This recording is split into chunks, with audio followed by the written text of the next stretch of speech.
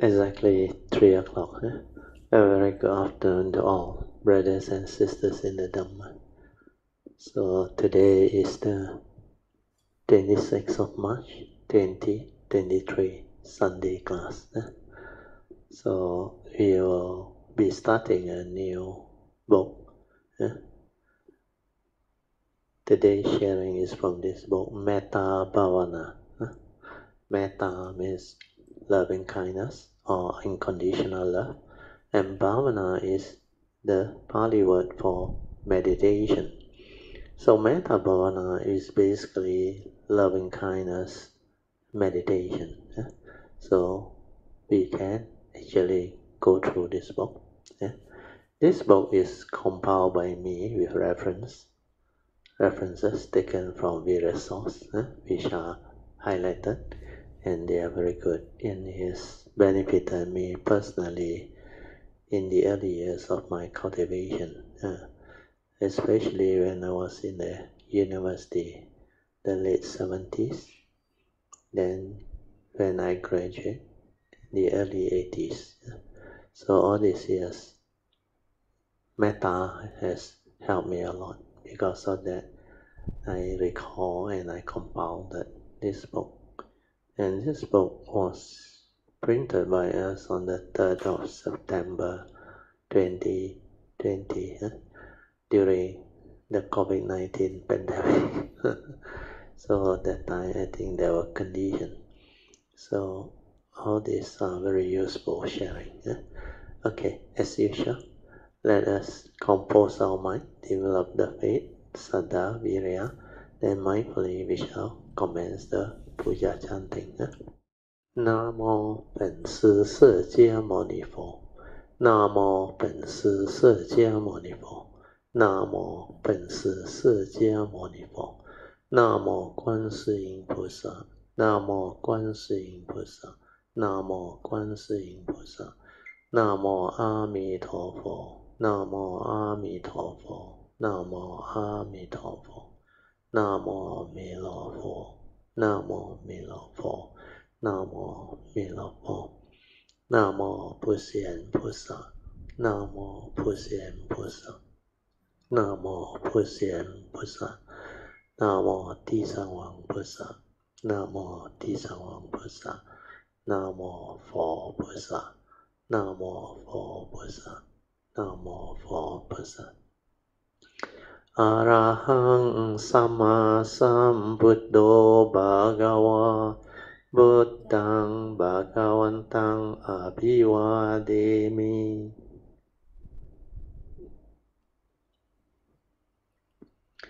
สวากาโตภะคะวะตาธัมโมธัมมังนัมมัสสามิสุปฏิปันโนภะคะวะโตสาวกสังโฆสังฆังนามามินะโมตัสสะภะคะวะโตอะระหะโตสัมมาสัมพุทธัสสะนะโมตัสสะภะคะวะโตอะระหะโตสัมมาสัมพุทธัสสะนะโมตัสสะภะคะวะโตอะระหะโตสัมมาสัมพุทธัสสะบุตตังสรณังกัจฉามิธัมมังสรณังกัจฉามิสังฆังสรณังกัจฉามิทุติยัมปิบุตตังสรณังกัจฉามิทุติยัมปิธัมมังสรณังกัจฉามิทุติยัมปิสังฆังสรณังกัจฉามิตติยัมปิบุตตังสรณังกัจฉามิตติยัมปิธัมมังสรณังกัจฉามิตติยัมปิสังฆังสรณังกัจฉามิปานาติปาตาเวรมณีสิกขาปดังสมาธิยามิอาทินาดานาเวรมณีสิกขาปดังสมาธิยามิ กาเมสุมิจฉาจาราเวรมณีสิกขาปะทังสมาธิยามิมุสาวาทาเวรมณีสิกขาปะทังสมาธิยามิสุราเมรยามัจจาปมาทฐานะเวรมณีสิกขาปะทังสมาธิยามิสาธุสาธุสาธุ Okay, let us pay respect to Puja. Buddhang Pujayami.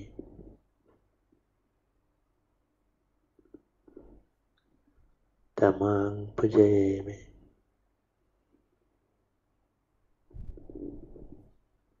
Sanghang Pujayami. Relax body and mind, maintain some form of attention. Then we will do the invocation to the Devas. Let us turn to page 6 of the chanting book. Invocation to the Devas. In this universe, in their entirety, let the deities and Devas come here.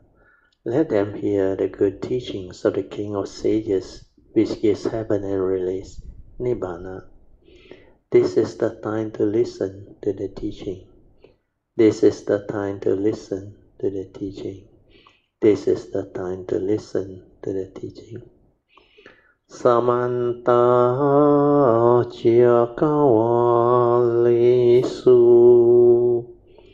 Atra Gachantu Devata Saddamang Munirajasa Sunantu Sakkamokkadang Dhamma Savanan Kalo Ayang Badanta Dhamma Savanan Kalo Ayang Badanta Dhamma Savanan Kalo Ayang Badanta Namo Tassa Bhagavato Arahato Samma Sambuddhassa Namo Tassa Bhagavato Arahato Samma Sambuddhassa Namo Tassa Bhagavato Arahato Samma Sambuddhassa Iti peso bhagava arahang sama sambuddho Vijjacharana sampano sugato lokavido Anuttaro purisa dhammasarati satta deva manusanang Buddho Bhagavati Swakato Bhagavata Dhammo Sanditiko Akaliko Ehipaseko Opanayiko Pachatang Vedittabbo Vinohiti Supatipanno Bhagavato Sāvaka Sangho Ujupatipanno Bhagavato Sāvaka Sangho Nyāyapatipanno Bhagavato Sāvaka Sangho Samicipatipanno Bhagavato Sāvaka Sangho Yaridang Cattari Purisa Yukani Atta Purisa Pugala Esa Bhagavato Sāvaka Sangho Ahuneyo Pahuneyo Dakhineyo Anjali Karaniyo Anuttarang punyang ketang lokasati Sadhu Sadhu Sadhu Sadhu. Okay, so as I have mentioned in the introduction, today we will be sharing our Dhamma on this transcript book on Metta Bhavana. So Metta is actually the Pali word for loving kindness. It can also be called unconditional love, means it's just metta love. And this is also one of the four sublime states that the Buddha taught. The Buddha taught four types of mind states that are very sublime and very virtuous or beautiful. The first one is metta, and literally we translate it as love with kindness, with understanding, with a lot of virtue behind that love. That's why the English word that are being popularly used or accepted is called loving kindness. So metta is actually a form of love, unconditional love, without negativity. Love with kindness, with goodness. Sometimes they use the word compassionate love. Of course, that one means compassion is there together with love. Then bhavana is a Pali word that denotes the meditative training. So whatever type of meditation you want to develop, you link it to bhavana. Like Metta Bhavana means meditation on metta, which is loving kindness meditation. That's why in the early days I remember when we talk about meditation, I always say meditation is a very loose word. In fact, anything also can be linked to meditation as long as it is something involving mental training or mental practices. Then they call it meditation. That's why you hear a lot loving kindness meditation, yoga meditation, or samatha meditation means concentration meditation, or vipassana bhavana, vipassana meditation. So it depends on what type of mind training you want to develop. Then you use that word bhavana or meditation behind. So for cultivator of the way, we are more interested in the Buddhist meditation as clearly taught by Sakyamuni Buddha. So the meditation as taught by the Buddha is seldom really clearly understood.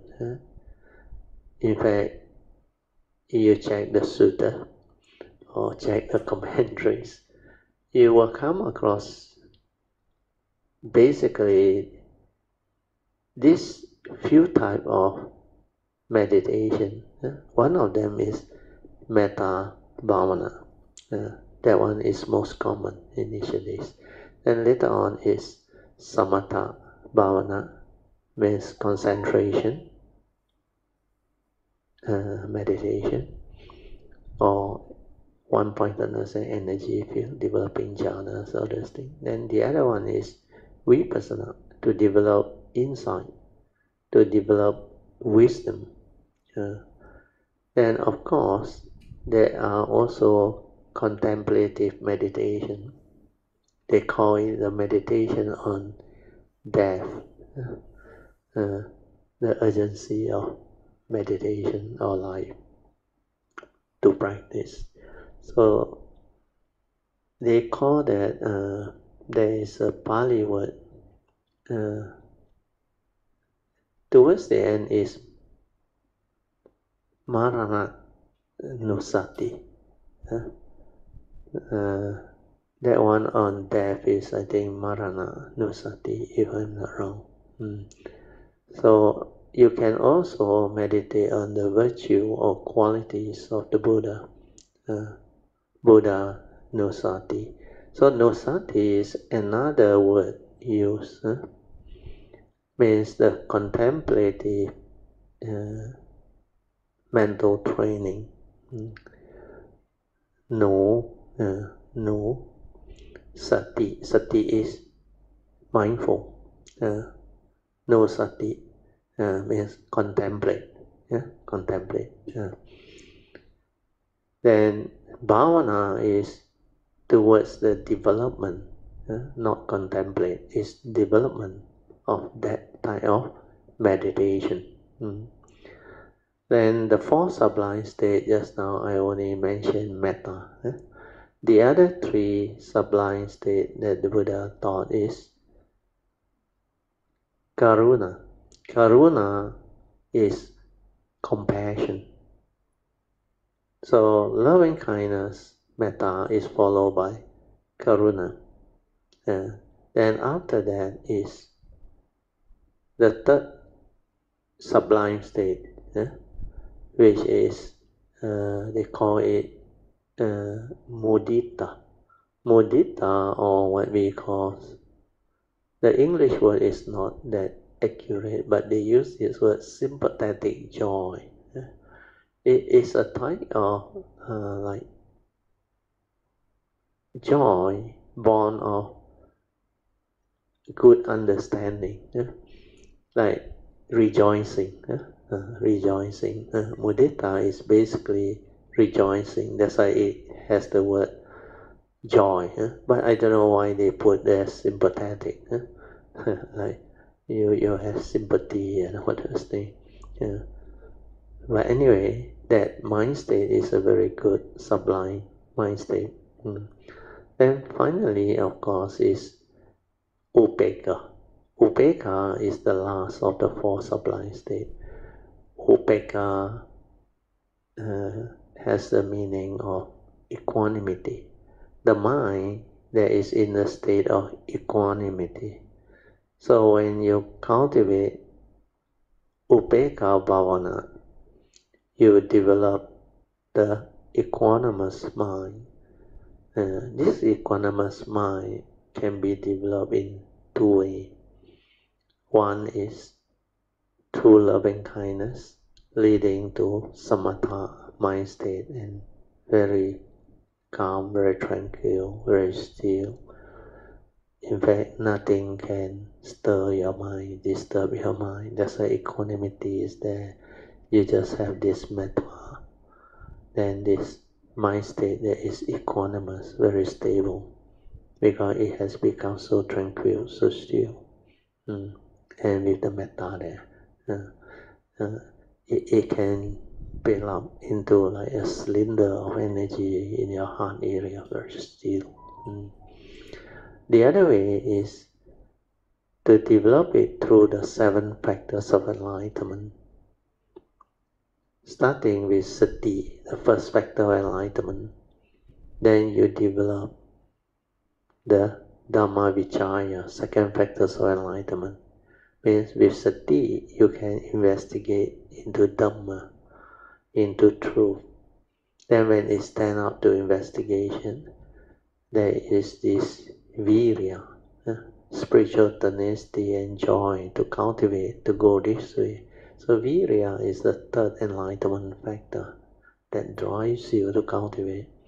Then you will diligently cultivate this so-called meditation as taught by the Buddha, which is basically the 4 foundations of mindfulness, together with the first turning wisdom, second turning wisdom, and third turning wisdom. So it involves the stability of sati.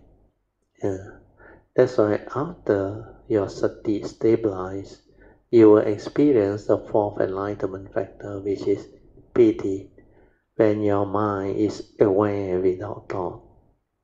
it becomes calm, tranquil. Then there is this meditative joy, or what they call meditative calmness. It makes you feel very good. It's like pity. You feel very good. Then there is this joy inside there. They call it meditative calmness, meditative peace. That's why when your mind becomes composed, peaceful, pity will arise. And pity is a fourth enlightenment factor. So you continue to relax your mind, maintain awareness. Then the pity becomes more refined. Then you experience sukhang. Sukhang is blissfulness of mind. So this blissfulness of mind is tend to have a distracting type of ingredient inside that mind state, because it's so blissful. It like draw you away, and you tend to look for it, and you really like that bliss inside there. It's really blissful, very blissful. But there is no enlightenment factor. But you don't worry, you can experience it. Then after that, continue to relax and maintain awareness to stabilize it. Then the mind becomes very quiet, very still. Then the mind enters sati. Means the mind is in sati. Means the mind realizes itself, the true mind, the silent mind, the meditative mind. And that is the fifth enlightenment factor. The Buddha called it pasati. So pasati, when it arises, it is very beautiful. Your mind will be in sati. Then when you stabilize that pasati, initially it's in the form of meditation, followed by the daily mindfulness, sati sampajana. You continue to stabilize it, both in the formal and the daily life. Then throughout the day, you are aware, mindful, and this stability accumulates into the sixth enlightenment factor, which is called samadhi. The mind is in a state of collectedness and unwavering state. That's why it's called samadhi. So when you have samadhi, whatever arises within the sixth sense door, the mind does not stir or waver. That's why it can still perceive things directly. When seeing things as they are, the direct seeing becomes possible. So like when you see something, sati is there. So the direct seeing is there. So the mind can perceive whatever that arises within the sixth sense door with clarity, where it does not stir. It's collected and unwavering.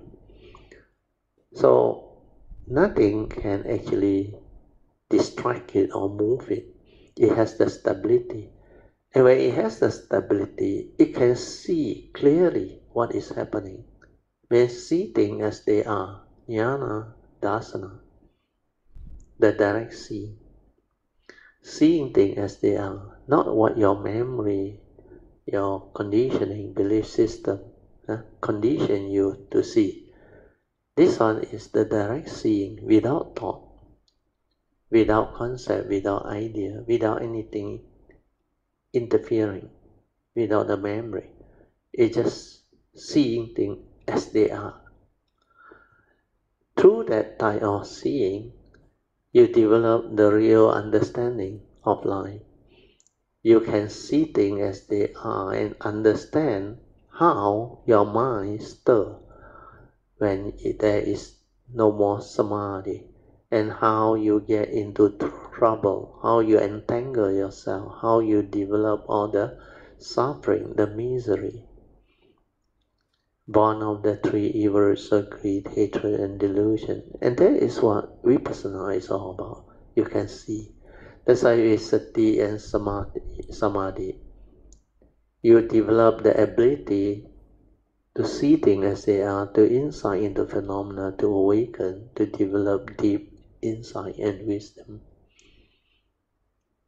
thereby giving rise to the last enlightenment factor. When wisdom is there, then the last factor of enlightenment is upekkha, born of wisdom, not born of a conditioned state. So this upekkha, born of wisdom, is the meditative upekkha that you need, not the one that is developed through the four sublime state, where they don't go through the seven factor of enlightenment. And most of that is through the meditative cultivation or samatha meditation. From metta they go in until the mind becomes equanimous, means they develop the jhana until the fourth jhana. The fourth jhana, where the one-pointedness state, which is equivalent to the equanimity, where all the thoughts are like killed into one point. They call it ekagata. The thought cannot arise. It stays there. But energy will build up. Energy will build up. So all this is just to help develop the understanding. Yeah? Okay, now with this explanation, maybe now I can go into that Metta Bhavana book. It is the blue book. You can see it. I will show it here. Can you see it? The one that is pinned. This is the book. Okay. So now we will go through this. Okay. So Metta Bhavana. Metta is loving kindness. Bhavana is meditation. So meditation on loving kindness, compiled by Brother Teo, with reference taken from various sources. Then after that, we go to the content page. Content page. We have the introduction, acknowledgement, then the proper topic on how to cultivate Metta Bhavana. So Metta Bhavana is on the content page, section 3. Then 3.1 is why do we cultivate Metta Bhavana, loving kindness meditation. Then 3.2 is the danger of the evil roots of hatred. Then the way to overcome hatred and anger. Then loving kindness as a contemplation under the Metta Sutta. Then meditation on loving kindness is Metta Bhavana. Then Metta Bhavana and the four protective meditation in Buddhism means the four sublime states.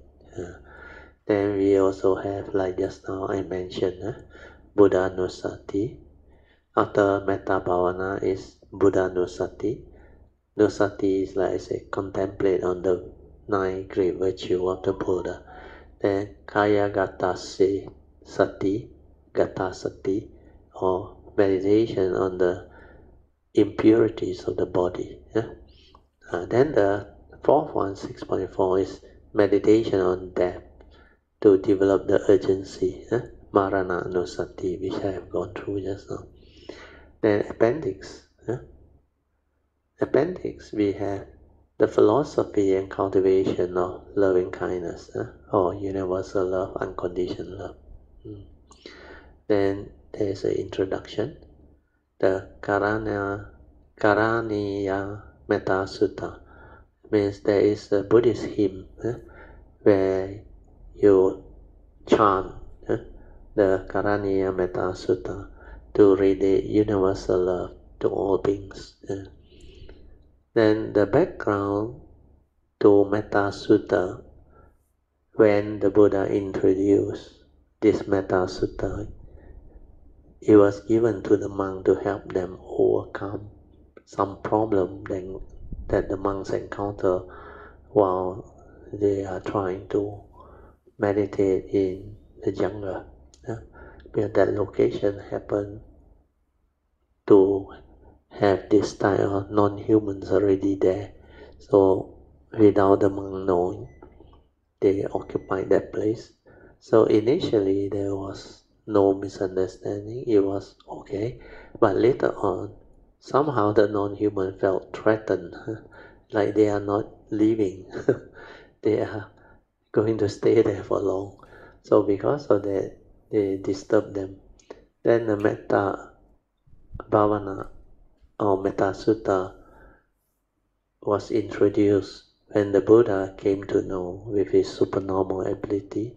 Then he advised among you go back, you recite this, you chant this, yeah? Then they will allow you to stay. Then you can meditate peacefully. Yeah? Then there is this three aspect of metta. Yeah? Then of course, based on the commonly discussed topic, the ethics of loving kindness or metta. Then they have the psychology of metta. Then of course finally the three type of meditation on metta. Metta one, most effective method, we will go through also.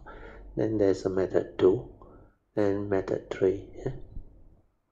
Then there is a generalized gradation, which is the subdivision of method 3. Then you have the specific gradation, then the directional gradation. Then the conclusion is the explanation part. Then topic number 7 is the blessings of metta.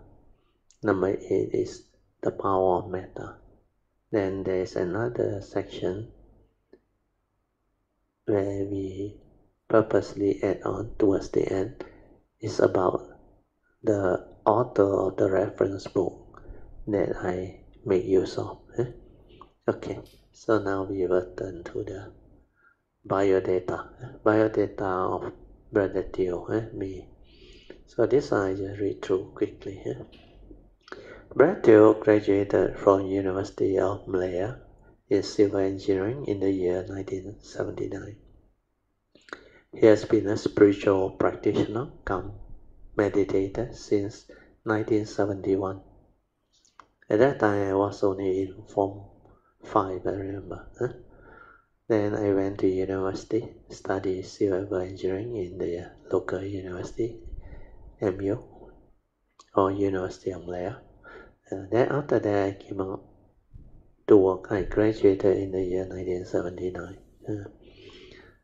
Then I decided to retire officially from my engineering career when my eldest daughter graduated. So I listed here since my retirement in 2001 from my engineering career. I've been sharing my understanding and experiences with those who are keen in their search for true happiness, peace, liberation from birth and death, and freedom from all mental suffering, so that they can be a blessing to all by becoming more virtuous, nobler, and wiser human beings. So it's also listed here that I used to give Dhamma talks and hold meditation classes and retreats and weekly Dhamma classes at various meditation centers, Buddhist society, and places they invited me. Then you want to know more, for more detail of Brother Teo's Dhamma activity and his Kayamita grouping, please log in to his Dhamma website, http://broteo.com, or you can also view his video recording at that address. Okay, then we go on to the preface or introduction first. This is how the book come about. Introduction. The early years means the early 80s. Metta Bhavana books authored by Venerable Bhavana and Acharya Buddharakkhita. These two books were quite famous, and it had benefited me a lot in the early days of my cultivation. Therefore, it is Bharatiya's sincere intention to recompile this Metta Bhavana books. I combine the two and improve on its earlier version and make it more clear, more comprehensive, more useful, and better, so that it can benefit more cultivators who are interested in such topic. And I say special thanks should be accorded to Acharya Buddharakkhita for providing us with a very complete and good base script to enable his Metta book to be recompiled and published as an appendix in this book for free distribution. Then next part is the acknowledgement part. It is the donor's sincere intention. This book is donated by Kayamita Funds. So all the transcript book that they did for me and we print, the money come from our Kayamita Funds. So it is the donor's sincere intention that this Metta Bhavana book be given free to all who are interested and have the affinity to receive them. I would like to take this opportunity to thank and rejoice in the generosity and wholesomeness of all those Dhamma friends of Kayamitas who had donated and helped out in one way or other in making this free distribution of Dhammadana possible. Special thanks should be accorded to Sister Go Le Hong, who had personally taken the initiative to help type out the old Metta Bhavana script for my editing and recompilation, thereby enabling this Metta book to be printed for free distribution. Then by the power of all this wholesomeness, may all beings be well and happy, free from all mental and physical suffering, free from all harm and danger, and may there be love, peace, and joy deep within their hearts, so that the world can be a more peaceful world, with greater harmony always, with metta always, Brazil. So this one is 31st August 2020. Okay, then we go into the Metta Bhavana proper. So this one, you all have to listen. It's very useful. Metta Bhavana. Metta or loving kindness or unconditioned love or universal love is an incredibly beautiful and unique mind state. It is beautiful and unique because it purifies the mind and it will help dispel or dispelling anger, malice, hate, envy, jealousy, unhappiness, resentment, sorrow, and lamentation. These are the negative mind state, negative tendency that make people miserable, afflicted, suffer. So when you have all these issues or problems, then you should cultivate metta, loving kindness. There is really an incredibly beautiful and unique mind state which purify all this negative tendency and make you transform your heart into something very beautiful, because you not only have love, but you have no more negative mind state. Your loving kindness, your unconditional love is so powerful, so incredibly beautiful and unique, and it really purifies. It cuts across all this negative tendency, and you no longer suffer, become miserable, unhappy. All these words like resentment, envy, jealousy, malice, unhappiness, sorrow, lamentation, no more. Even fear, worry, anxiety, you can purify them. Even insecurity. Then it is also given as an analogy, that just as a mother wishes for the well-being and welfare and happiness of their own children or only child, so does her metta wishes for the well-being, welfare, and happiness of all living beings, irrespective of class, caste, creeds, and race. That's why this one transcends all division. It is also one of the 10 perfections to be Sammasambuddha. In Pali, it's called paramitas, that one must fulfill in the round of existence until one gains perfect enlightenment, means become a Sammasambuddha, realize Sammasambuddhahood. It is also one of the 3 good roots of karma. The first evil root is they got greed, hatred, and delusion. Here, adosa is love, actually, non-hate tendency, no negative sentiment. So, adosa.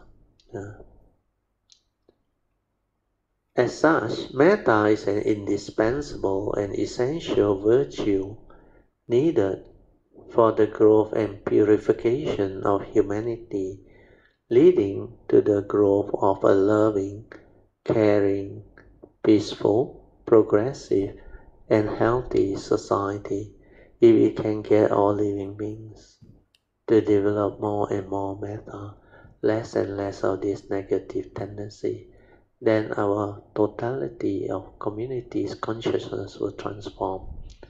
Then from that community, it will spread to the whole city, then maybe the whole state, then the whole nation.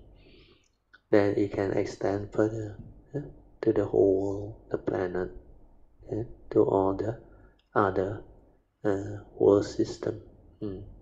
That's why it can cover the whole universe. So metta is very useful, very important. It is a very unique virtue.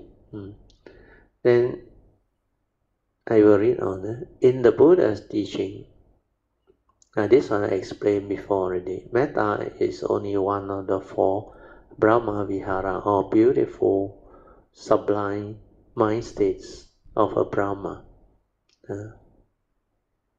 The other 3 are Karuna, compassion, Mudita, or gladness at others' success, or rejoicing mind states. The gladness or rejoicing at others' success and wholesomeness that they have done, meaning is an altruistic rejoicing mind state. That definition is very good for mudita. But some call it altruistic joy or sympathetic joy. And upekkha is, of course, equanimity of mind. So that one I have explained. You can do it in 2 ways. Then, according to Visuddhimagga, Visuddhimagga is a very thick book that actually written by a Buddhist scholar. I think Buddha Gosa, if I'm not wrong. It's a very famous book. It is a commentary. It actually explains the 7 stages of purification as taught by the Buddha in very detail right now. So this book was very popular, especially in the Theravada tradition, the Burmese tradition. They use it a lot. Then, of course, it spread over to other Theravada traditions. But this book, you have to be careful. It incorporated a lot of Hindu teachings, the 40 meditation object and all those things. So when you read it, it's useful, it's helpful, it's a very good book. But a lot of it, because it's a commentary, it is not really the pure Buddhist teaching that the Buddha actually had taught. Especially when it comes to the mindfulness part. That one, they don't have the understanding of what that thing is. So there is a small part you have to take note of. But basically, it's a very good book, especially the metta, everything that they teach about virtue, morality, everything, even samatha. A lot of things that they teach are useful. A lot of people are very impressed by the book. So initially when I read also, I find it useful, interesting. But later on, as I developed the understanding of the true penetrative awakening of the Buddhist teaching, then I saw that small part. That part, I think, just you all need to maybe make a note of it, so that you do not blindly just stick to that book. It's really thick. That book is about 4-inch thick, I think, 3 or 4-inch thick. And it's quite a good book, and they sell it not that expensive for that amount of material and printing. Then I read on, according to this book, Visuddhimagga, metta is a purifying force which has goodwill, well-being, happiness, and friendliness as its characteristic. See, the definition is quite good. Its natural function is to promote goodwill, happiness, and well-being. It is manifested as the absence of all the negative mind state, especially ill will, hatred, and all those things, envy, jealousy, resentment, malice, all these negative tendencies, they are absent. Its essence is seeing and acting with kindness and love. See, spontaneous. Because the heart that has metta don't have the opposite of hatred and negative tendency. When it is absent, when metta is absent, it degenerates into the evil roots, especially selfishness, anger, hatred, envy, jealousy, affection, and desire, even lust. These are its enemy within, which easily gain entry in its wake and must be guarded against. Guarded against means you must be mindful, you must be aware and understand that these are negative tendencies with the evil roots of greed, hatred, and delusion. So just now that one is without metta, you degenerate within. Because metta is within. Then its enemy outside is ill will. Means anger, hatred, and all the rest, which finds its opportunity in the intervals when loving kindness is not being actively cultivated with understanding. I use the word with understanding. When you lack metta, your external, they call it the external enemy, is to be conditioned by the evil roots of greed, hatred, and delusion to actually make your mind react to sense experience, stir, and develop all the violence, the anger, the hatred, the envy, the jealousy, all this.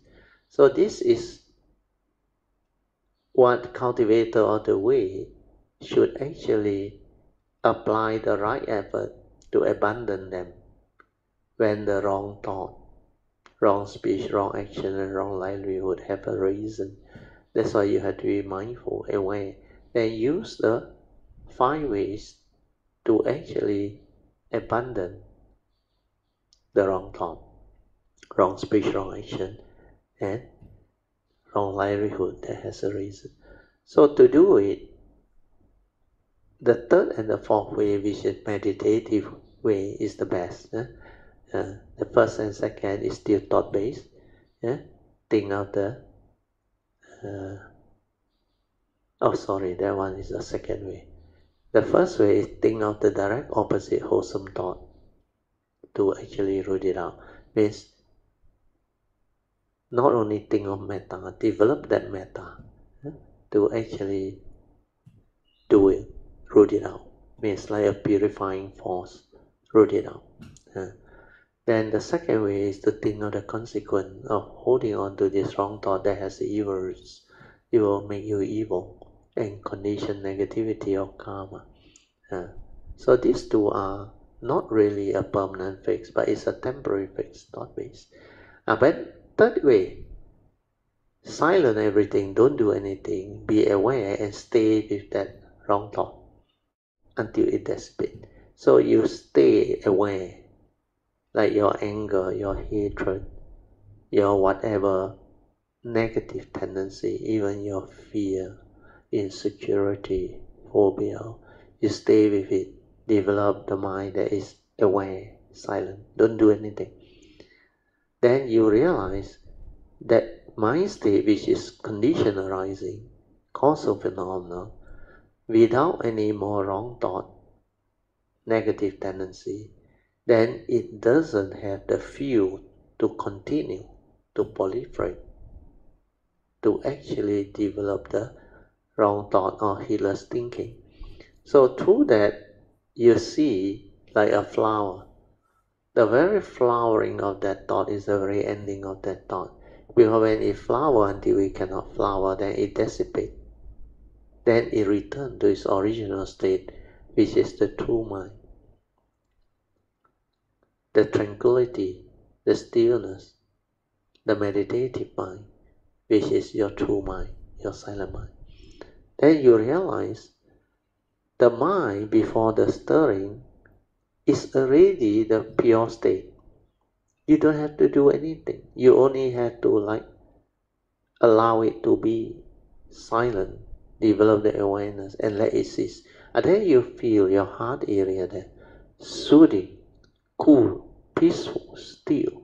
No more agitation, no more anger, no more hatred, no more violence and all those things, or insecurity or fear. All this is how the third way, the meditative way, can be very useful and very powerful.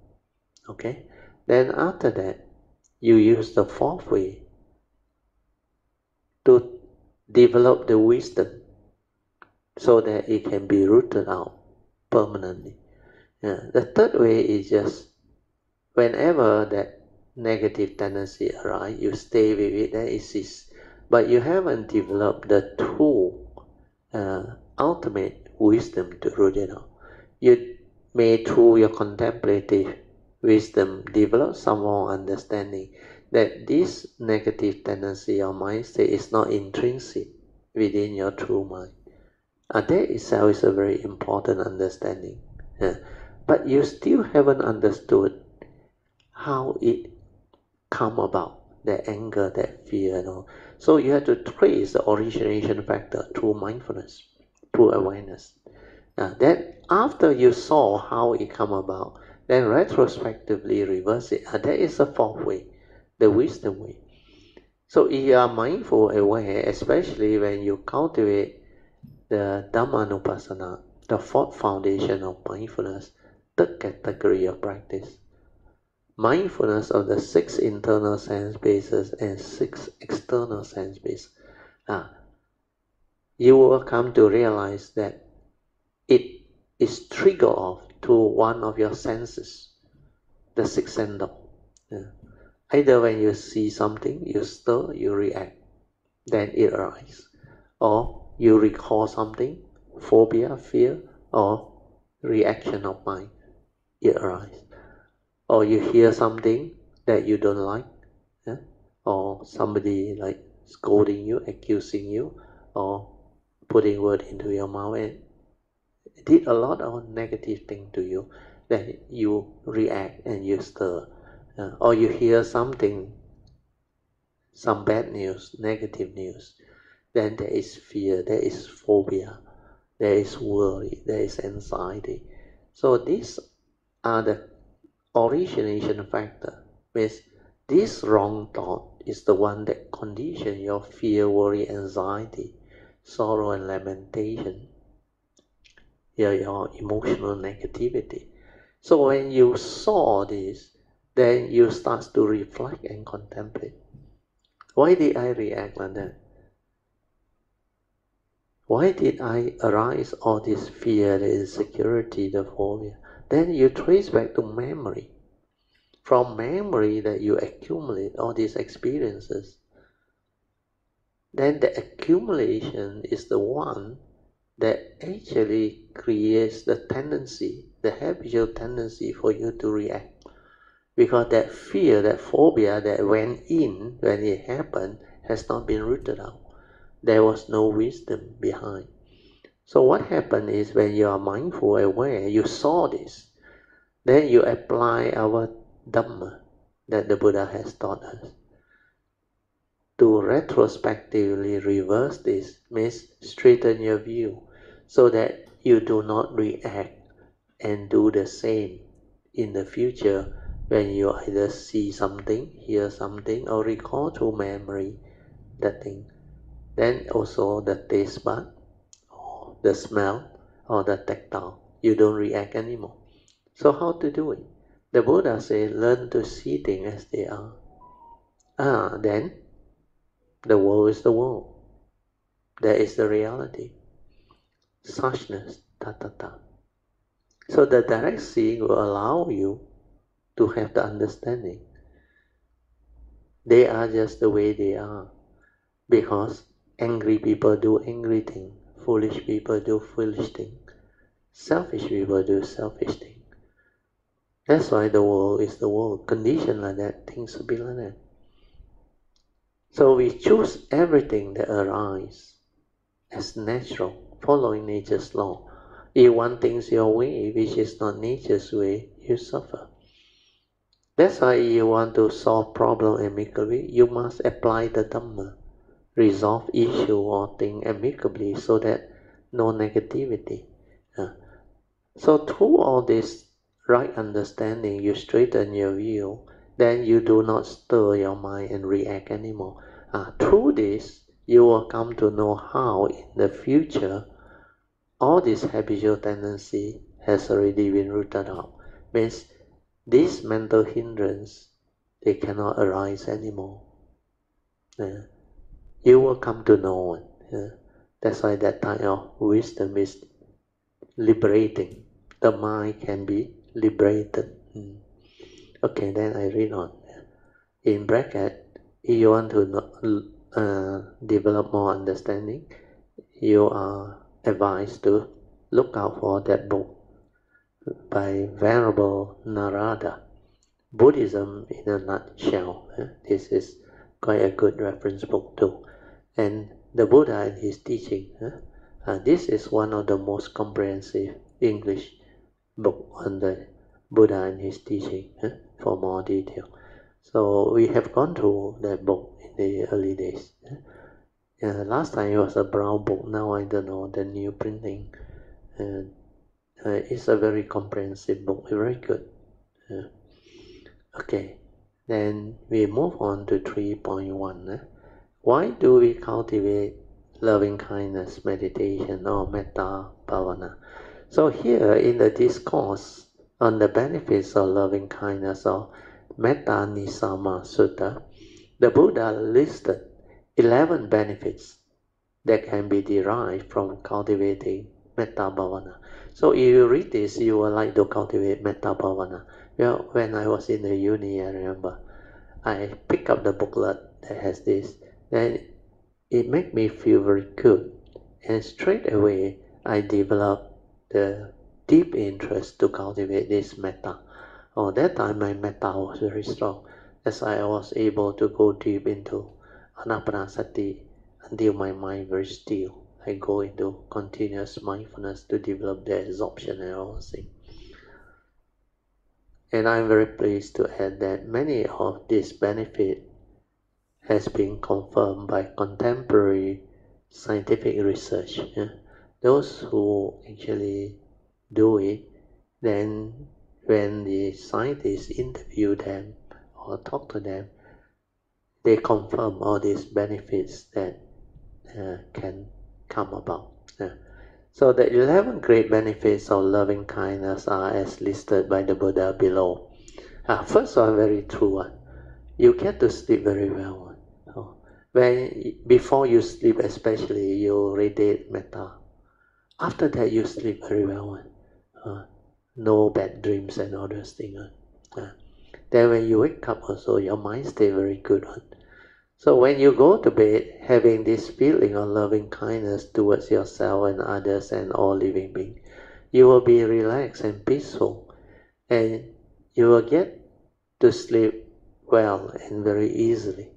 Then when you wake up also, your mind state very, very happy.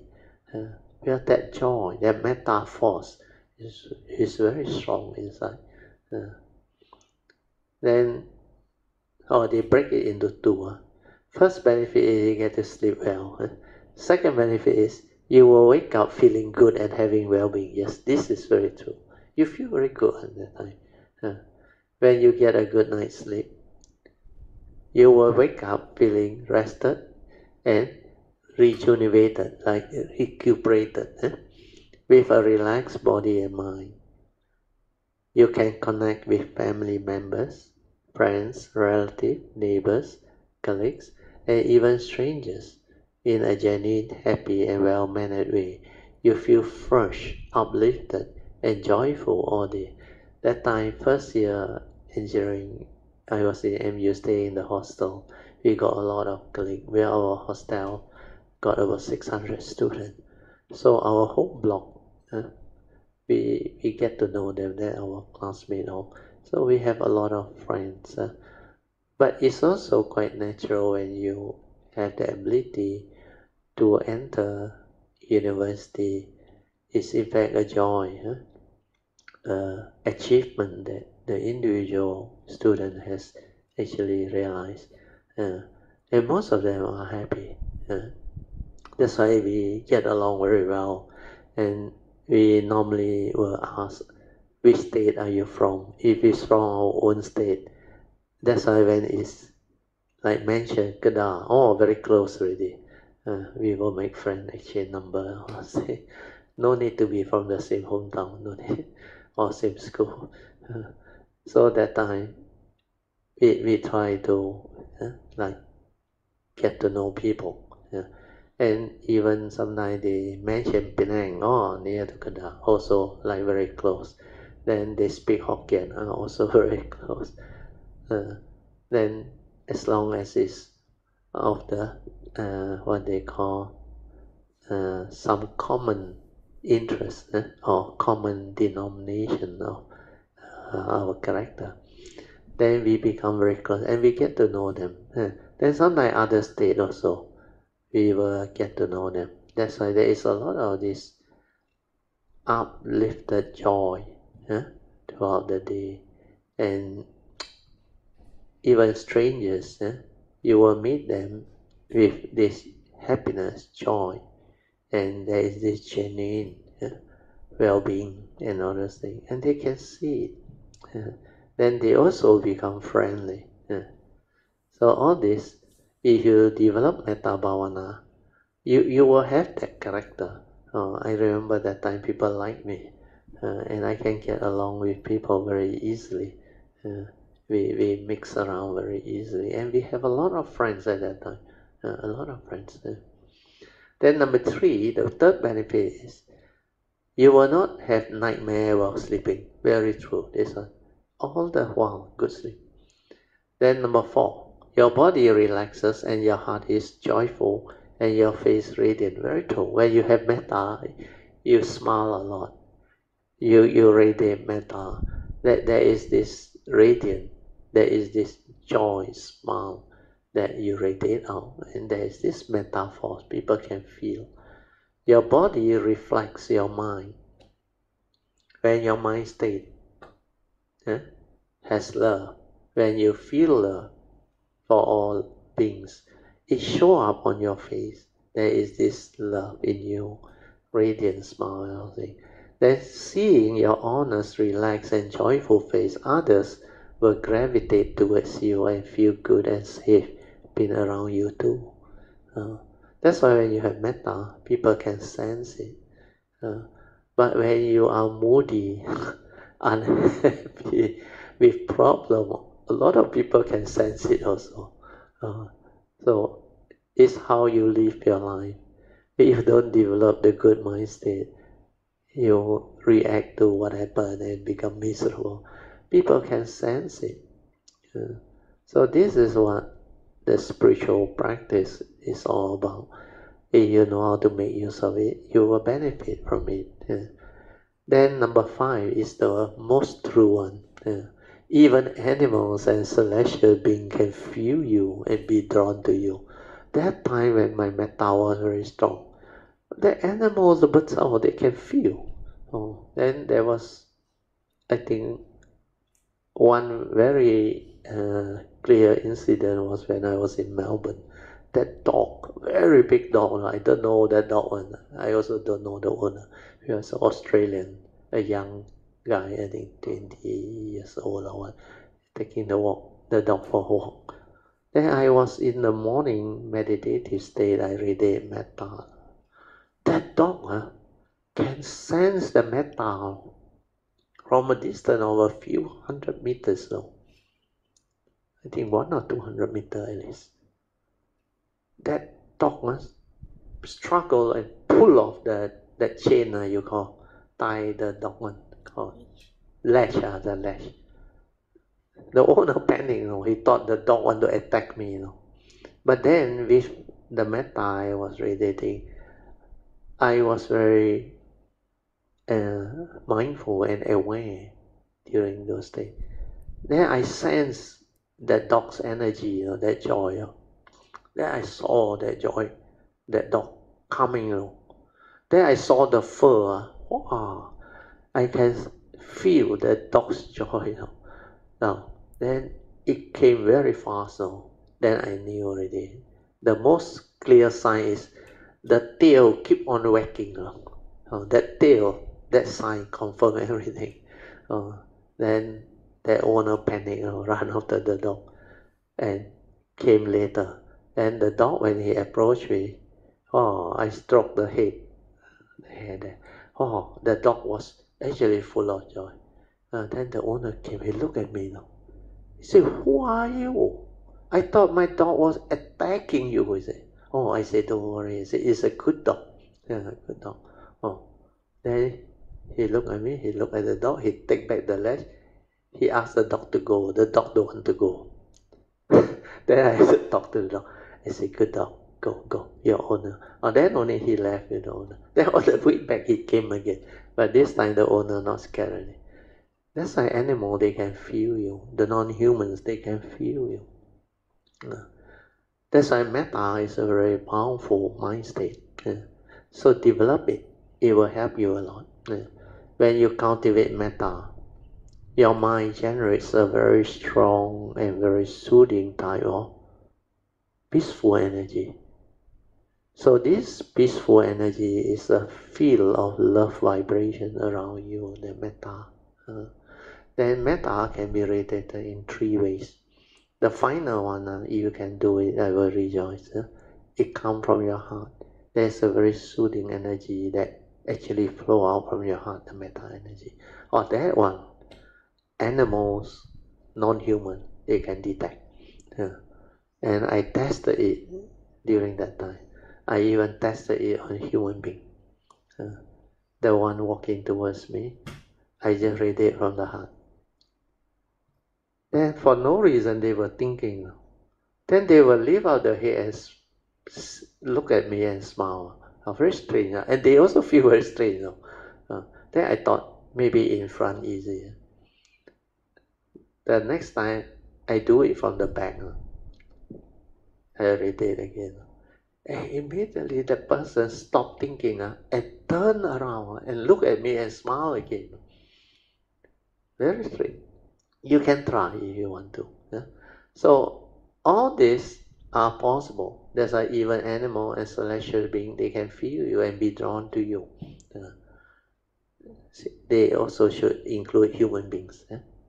Animals, human beings, and celestial beings. Then children, especially when they are very young, they can also turn to this type of energy. They like this type of energy. They feel very peaceful. And non-humans and animals, they can feel it too. So this is very true. So when you have that type of metta, your vibration is different. And the newborn child, not much thinking, thought, they can feel it. They will know it. Then number 6, the 6th benefit is spirits and Devas will protect you, especially Dhamma protectors, the non-humans. There are times we feel guarded, protected by beings beyond our sight.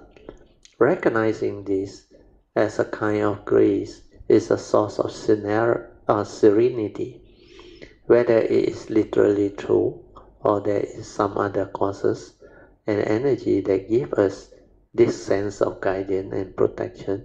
The Buddha included this among the benefits of cultivating metta. So normally when you have metta, your mind state is very good. And the Dhamma protector will protect you too, because they are normally cultivated. Their mind states are very pure. Then number 7, fire, poison, and weapon will not harm you. This one you can conclude yourself, because this is related to karma. You don't have negative tendency, it will protect you. And there are a lot of sutta that mention this. This one is a few, almost 3 pages. Okay, we stop here, page 6. We will continue this for our next Sunday session. Also, for the benefit of those who are interested in going through the Heart Sutra again, after we finish this book, I think we have covered almost all the transcript book. So what I would suggest is, before we go for the retreat, which I don't know when, the tentative date is supposed to be May, but nothing has been firm up yet. So anyway, in preparation for the retreat at Sampo Temple, if it has the permission to allow us to go up again, if they decide to open it up again, then we will try to fix some dates. Then it is good to go through this Heart Sutta. I want to go through it for one more round, so that those who miss earlier, you can actually pay attention, and it will help you a lot. All the essential Dhamma that you need, they are very comprehensive. You can learn, and I will go through it with you. Then for those who are already with us, it is like a revision. Every time we go through as a revision, it's different. And it reminds you of the cultivation, the beauty of the essential Dhamma and all those things. So this is just an announcement. You all managed to hear this.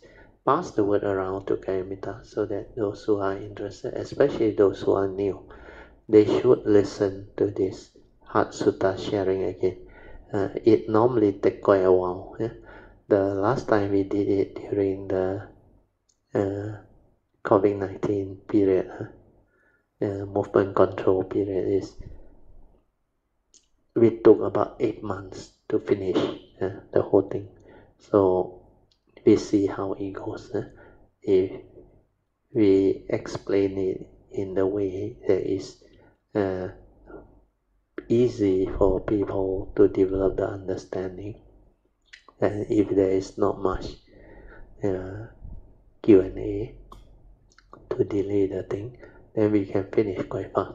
But it's good to discuss it so that it can trigger off more condition for understanding to actually manifest. Because all this sharing are very useful, and we have enough of the Dhamma that we need. So now it's more of the cultivation, the practice part. So this time I go through the Sutta, it will also be different already.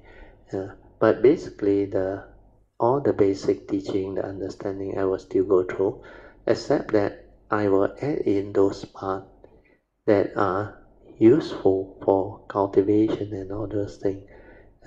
The experiences that is expected of cultivator who have developed the understanding and has gone through all this, like what we had in the last retreat. The last retreat was a limited number that the temple allow us special one. I think it limit us to about 20 or one only. So anyway, we had a very fruitful retreat at that time. So that time, the sharing, many of those who had been with me for long enough period, they can sense, they can see the sharing is so different. It's more towards the cultivation part. It's not the superficial essential Dhamma, the explanation and all that. That one we have gone through many rounds. So now is the phase where most Kayamita has developed the progress. They can benefit more. But even those who are new, you don't worry. You pick up to the level you are able to pick up, and it will be very useful too, very helpful. So make a note of that and pass the word around. Okay, so now you can have your 45 minutes of awareness-based meditation. So remember the 4 support for awareness-based meditation. We will off the light.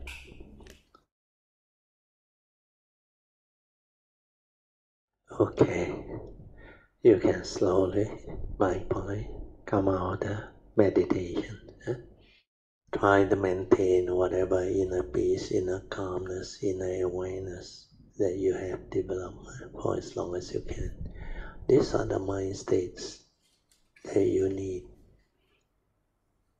to make use of to develop the meditation in daily life. Means stabilize your awareness, develop the stability of daily mindfulness. Then when you are in those mind states, you are all the time heedful, mindful. Then you can develop good progress. You can understand a lot of things. Okay, now we will continue with our second session, which is basically meditation reporting, followed by whatever question and answer or discussion topic that we might want to dwell on. Then we can also discuss whatever experience that the individual Kayamita may have regarding Dhamma in daily life. Also, application of the Dhamma. Hello, Amitofo, Brother Teo and Mrs. Teo. Yeah. And all Kayamitas. Yeah. Yeah.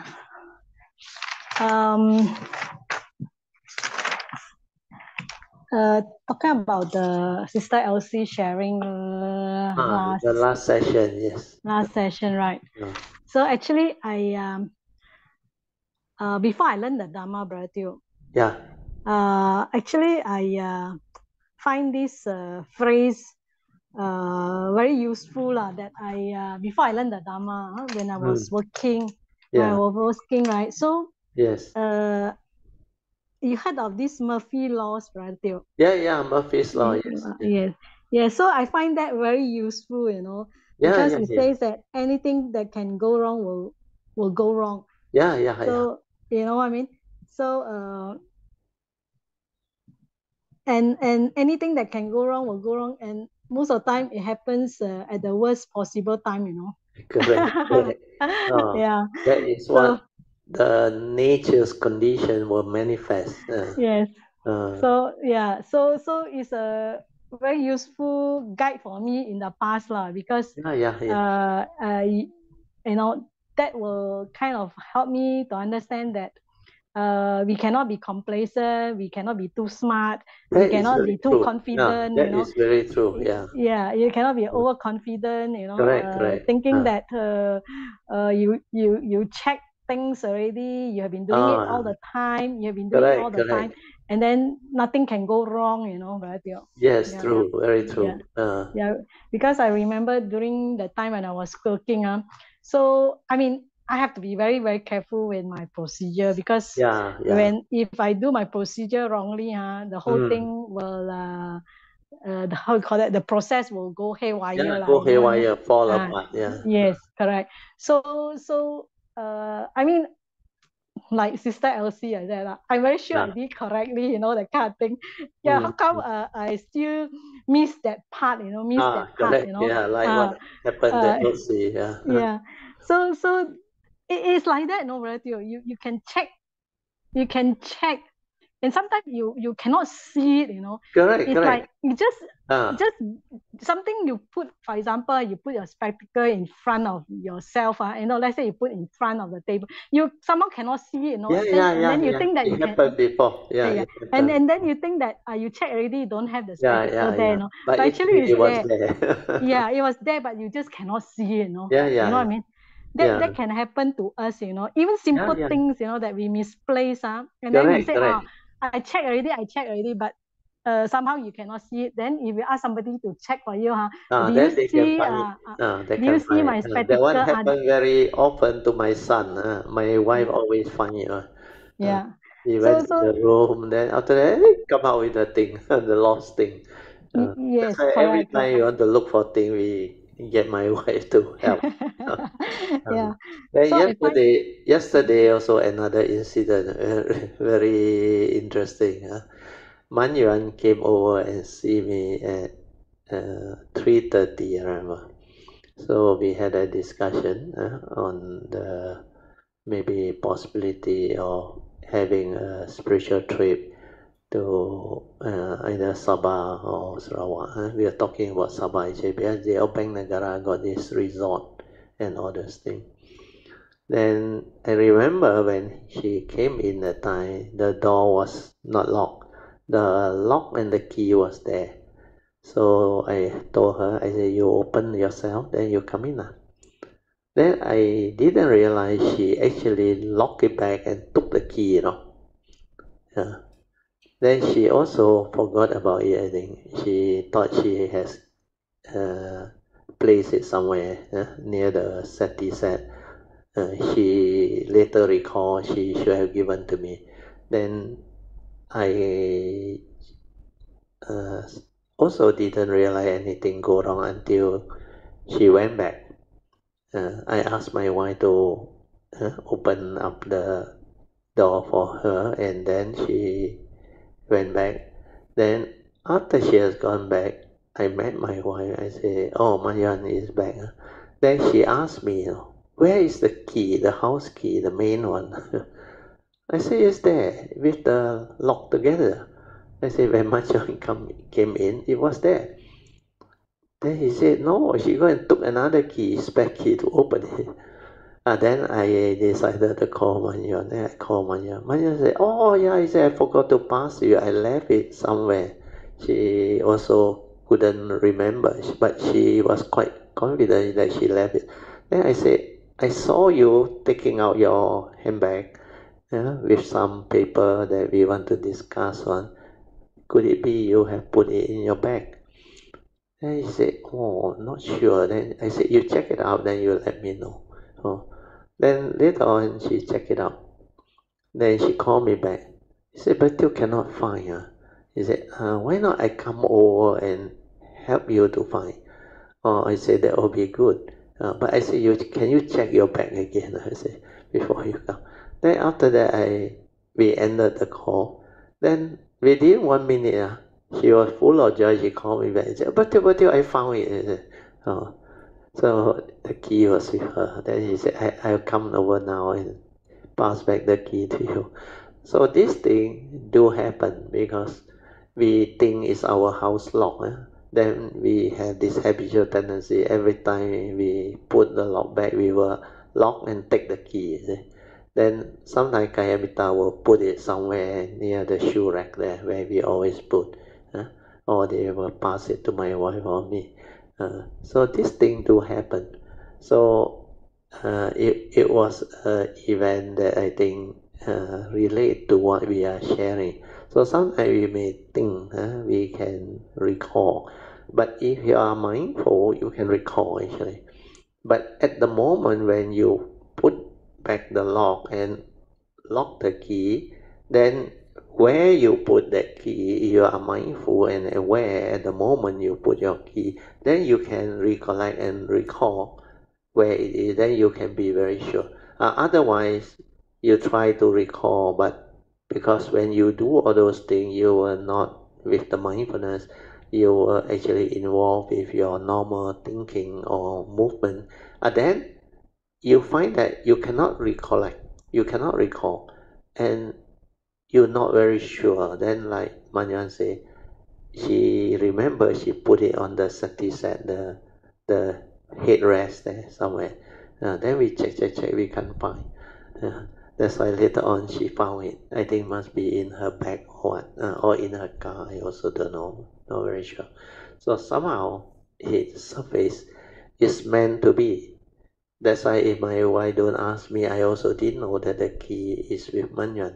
Luckily she asked, then the condition came about, then we make that call, then we actually develop the understanding. So in future, Manyan will remember on all this type of thing. It will not happen again already because it has happened before. Then when we pay attention, then when we have the mindfulness, normally we can recollect one and we will know one. That's why I'm very sure the key was with the lock when Manyuan came in. Then I didn't know she took the key because I was inside. I never go out. Then I thought she normally like Kayamita who come for Tuesday class. They will just come in. They know how to close the door themselves and just join us.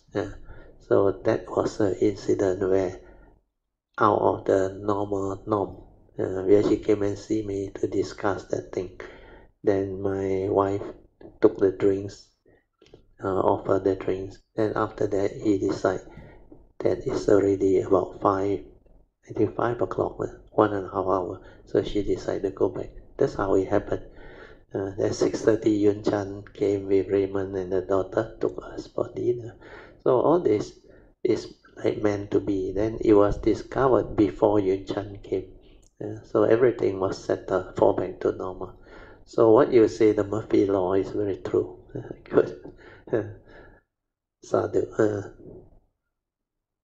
Yeah, Poh Cheng, you can continue. Yeah. Then the other thing that was mentioned last Thursday class, right? It's about her cultivation, and she realized that her patient has been tested now. Her patient has been tested. Correct.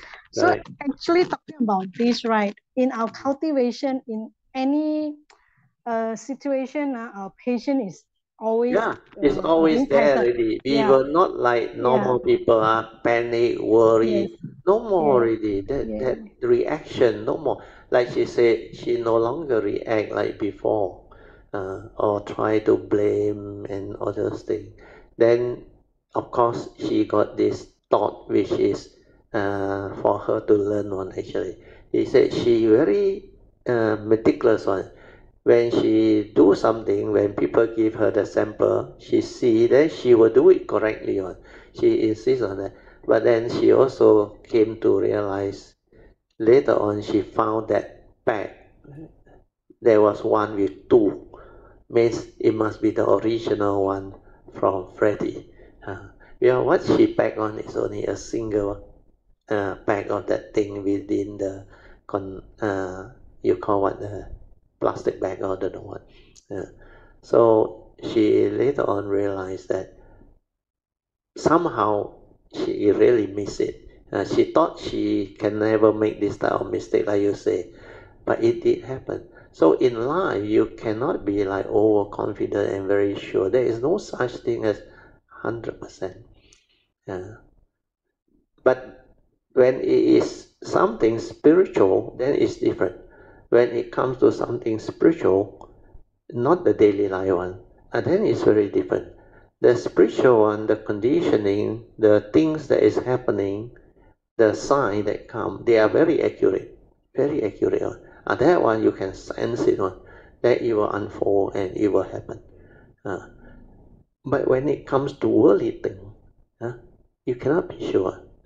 I gave the example also, I think. I share the example. What was it earlier? It's something about, I talk about, I think, investment with my classmate one is where I become like complacent, overconfident, I'll say. Then later on, I cannot recall. There was another one or two incident that I share regarding this thing one, which is non-spiritual one. But it actually can be resolved with the spiritual understanding one. That's why finally, now I remember. Finally, I told them, I said, okay, you want to recover that money? Where we lost quite a bit. I think total our cost of 7,000 plus. We ended losing almost 80% of it, left with 1,000 something. So we divide out, each person only left with I think a few $100 instead of coming out with $1,000 each. So with that, I say, you want to recover your money, you buy this stock. None of them believe me, because after that they say, Shina, enough lah. They already like scared of the stock market already. I hang up, but so that was what happened. But then I found that stock, which I diligently actually worked towards it and ensure that nothing go wrong. Then I was very confident is because it has fallen from that value. Then the business they are in, the return and all. So based on those understanding, which I was quite sure and quite thorough, so I started invest into that stock. Then later on, it went up a lot. From 40 cents, it went up to $6 within 1 whole year. Very amazing, that stock. So that's where I make my first house that I bought, SS2 house, free. Then there are other incidents. But there are also incidents where you cannot predict one. A lot of things in nature, it's not for you to say on. Meant to be will be on. Then when it happened in a very weird way. But after it unfolds, you can learn from it one. That nature is like that. Nature's law is like that. There are physical law of nature, biological order of nature. Then when it comes to the spiritual one, karmic, mind, and nature's truth, especially karmic and mind, that one is a spiritual law. And nature's truth is all the understanding of Dhamma. So those are within the practitioner's way of control or understanding. You have good understanding of that. Then you know how to move, accord and flow and all that. But when it comes to the physical world, a lot of things is really beyond prediction, because unless you are like the Sammasambuddha, where you can have the understanding of the totality of oneness, or the consciousness that contribute to the outcome, unless you have that all-knowing nature, it's not easy. That's why a lot of these things, you cannot really be 100% sure. Even the Sammasambuddha, when they make the prediction, is based on very strong understanding and conditioning that they see. Then from there, they know this thing will happen. That's why the prediction can come. And it's not like predestined and all those things, because in between other things can happen. But normally when the Sammasambuddha saw, they know that one is because of that type of cultivation, that type of perfection, that type of nature that override a lot of other things. And then they know it will happen. That's why they can make that prediction. Otherwise, if it's within nature's condition, the physical law, the biological order, that one not easy, not easy.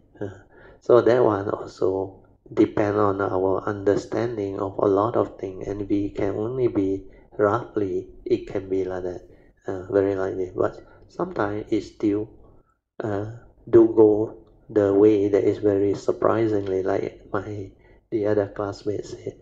The stock market will crash at the time where it caught the most people. Because that is coming related to that thing. But how it happened, we never know. Because all the basic theory behind is greed and fear is the same. But how it unfolds, every time is very different. There may be similarity, but the outcome of it is always very different. That's why nature's physical law and biological order, they have this type of possibility which is near to impossible to be 100% sure. You can roughly make a very good, I should say, intelligent guess or investment approach. And most of the time, you will not be out by much. But the probability of it going wrong is still there. That's why those who study statistics, they know. Because we also study statistics as a course in our first year engineering. So there is the nature's normal distribution curve. That is quite common to most things. So this normal distribution curve also tell you 95% interval will fall within that mean gradient, and most of it that is happening at the center there, the bell shape that go up there, the confidence interval is more or less quite accurate one. But the last 2.5% confidence interval on the two side extreme, the 2.5%, that one, although 5% total, it do happen. That's why when we talk about average lifespan, most of us will hit the average lifespan, let's say 75 for men, 76 for lady. Then in between, maybe 70 to 80, that range, a very big portion of them will hit that range. But there are some smaller percentage that prematurely die very early on. And that 2.5% cater for that. Then some who live very long until about 90 something, 100 years old. And the other 2.5% over the other side on the normal distribution curve. These are possible. That's why in nature, physical thing, biological order, physical order, these things are possible. That's why it's not 100% thing. So statistics based on the study of science, they also know there is no such thing as like random distribution and all those things, random theory or what. But it's all based on nature's law, and how the nature's law manifests actually is very unique, because especially the physical law, even the light until today they still don't know the true property of light, because some believe it's particle theory, and some is wave theory, and in fact it turned out both also correct. Depend on the condition, it will manifest accordingly.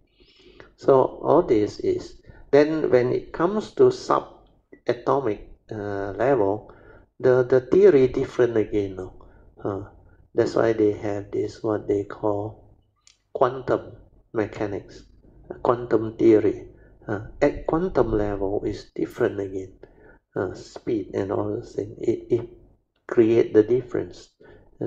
So this part because as a science student, as an engineer, I tend to have all this understanding. That's why I say when it comes to physical thing, nature's thing, especially the non-spiritual one, you cannot be 100%. So don't ever be complacent and overconfident. Yeah, it will hit back on. Sometimes you say thing also same one. You very confident. You say, oh, I very careful. I never make mistake. Like last time I told you all about the motorbike incident. Because that thought manifests, that I said it, then straight away inside I knew already something will happen to me. Or then really on the highway, I hit a pothole and I fell. Actually, I was very skillful in driving the motorbike. Impossible to happen, right? But the pothole, you can never predict. And that time, the federal highway was just one lane up, one lane down, and not enough lighting, a lot of pothole. So this thing do happen. Okay, Poh Cheng, you can continue here. Yeah, this additional sharing is very interesting. Although I don't really know the physics part of it, like particle wave theory or subatomic theory, quantum theory. I think all these are very interesting theory, but I do not know enough of that, But because you don't study. That time when I was in the uni, I like to read up all this stuff book. All the great scientists, I read out all the mathematical theory and all this thing. Physics. But I too complicated for me, Brother. No problem. Very different people, different. Because I like technical things. So when I was a student, when I was in the uni, even from 5, from 6, I really have this passion for technical thing and also physics, chemistry, biology, mainly physics and chemistry. I very good at all these subjects. Bharatiya, I will share incident that happened to me some time ago. Okay. Okay. But before that, maybe I will share that part later on. Okay. But anyway, I will share my incident first.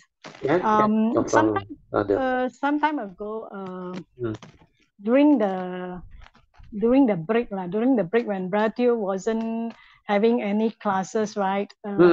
Yeah, I think end November, December or something like that last year. Yes. So I attended a Dhamma talk.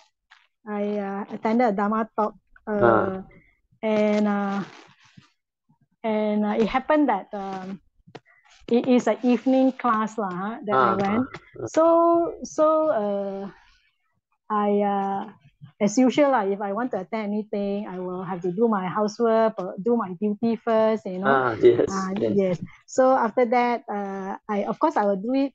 I was planning to do it earlier so that I can leave the house early and then be early for the class, So because I also excited to meet my friends, so that we can chit chat a bit before the class and things like that. So I plan to go very early, So I finished all my work.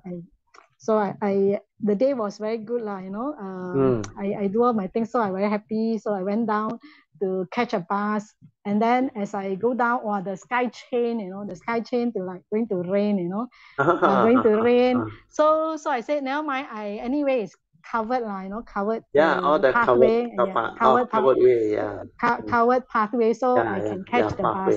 Yes. So and then the thing good about Singapore is we can also check the bus app, bus app when the bus will come, the kind of thing. The apps will tell you. It's quite accurate, So I will plan that I will reach there like half hour earlier than the actual time, so that I can catch up, I can go toilet, the kind of thing, and get a seat. So that is the plan. So it's supposed to start at 7:30, so I plan to reach there at 7 o'clock, or something like that, roughly.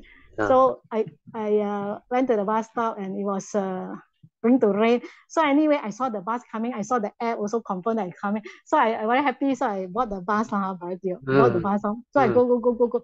As usual, when I take bus, I like to do my meditation. Oh, very good. Sadhu. Yeah. That's also I did in the early day. Wherever I go, even if I go to like a supermarket or what, when I line out waiting or in office, I have to wait or what, I will meditate on. Even at the bank, I go to the bank, will take the number, then I wait. I will meditate on. I will silent my mind. Oh, that time before 1989. I do a lot of meditation on almost throughout the day. Good, continue. You meditate a bit on the bus. Yes, I meditated on the bus. So, and then the next thing I knew is what, the announcement from the bus line said, yes. Approaching highway to Bedok. Then I said I suddenly heard that. I suddenly wake up. How come I'm going Bedok? I said, no. Yeah. Then I realized that maybe I took the wrong bus. Yeah. So I really, I took the wrong bus, right? Yeah, because the number is different. Yeah. When they approach, I remember there are a lot of bus numbers on. My daughter also told me. Then she said, you must make sure these few numbers only you can go out. Otherwise, you'll go on another route. Yes.